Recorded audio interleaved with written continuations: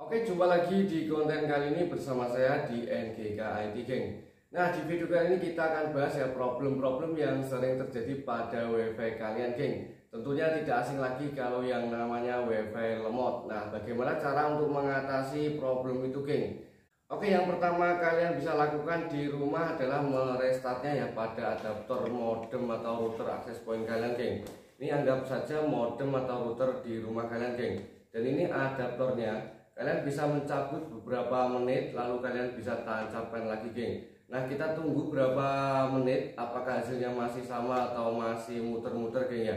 Atau dengan cara meributnya dari settingan alat kalian, geng. Itu seperti contoh gambar ini, geng. Nah, setelah langkah itu kita udah lakukan ya, memang hasilnya udah oke atau belum. Memang jika belum, nah kita cek lagi, geng.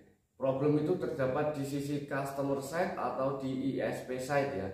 Kalau di ISP side kalian bisa telepon ke provider yang kalian pakai, geng. Itu memang ada terjadinya gamas atau gangguan massal atau terjadinya wear down ya, kabel putus. Nah, itu kita tidak bisa ngapa-ngapain, geng. Kita hanya bisa menunggu problem itu selesai dikerjakan, geng. Jika problem di ISP side-nya tidak terjadi apa-apa ya, kita harus cek langkah selanjutnya, geng. Itu apa sih yang mempengaruhi masih muter-muter ya sinyal WiFi nya, geng. Nah, langkah selanjutnya kalian bisa dengan cara mengecek settingan alat kalian, geng ya. Jadi di sekitar kalian itu ada banyak pengguna WiFi 2,4 ya. Itu yang sering terjadi di pengalaman saya.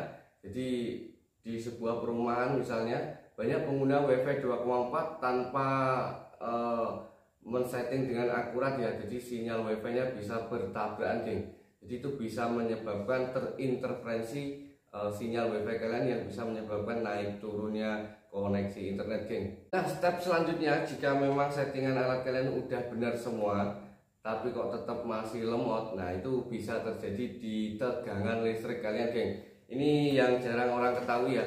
Jadi misal nih WiFi kalian nih ngambil tegangannya bersamaan dengan water pump, AC atau kulkas ya, itu tidak direkomendasikan, geng.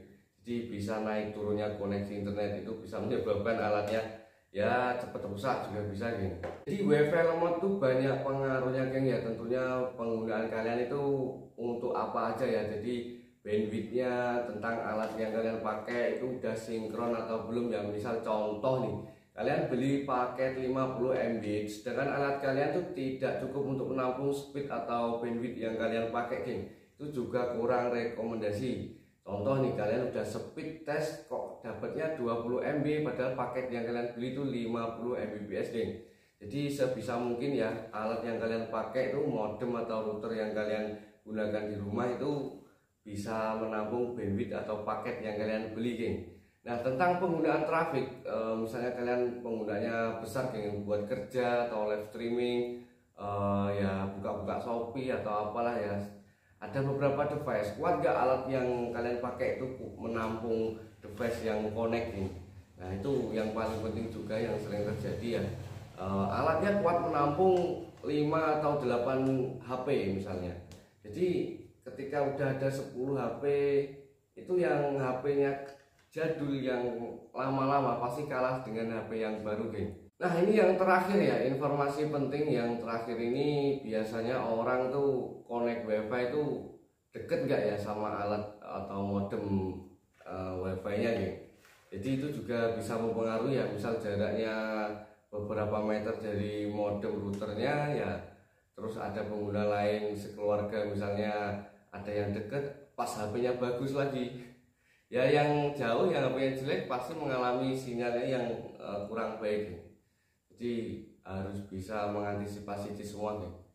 Oke, di video kali ini cukup itu aja informasi penting ya.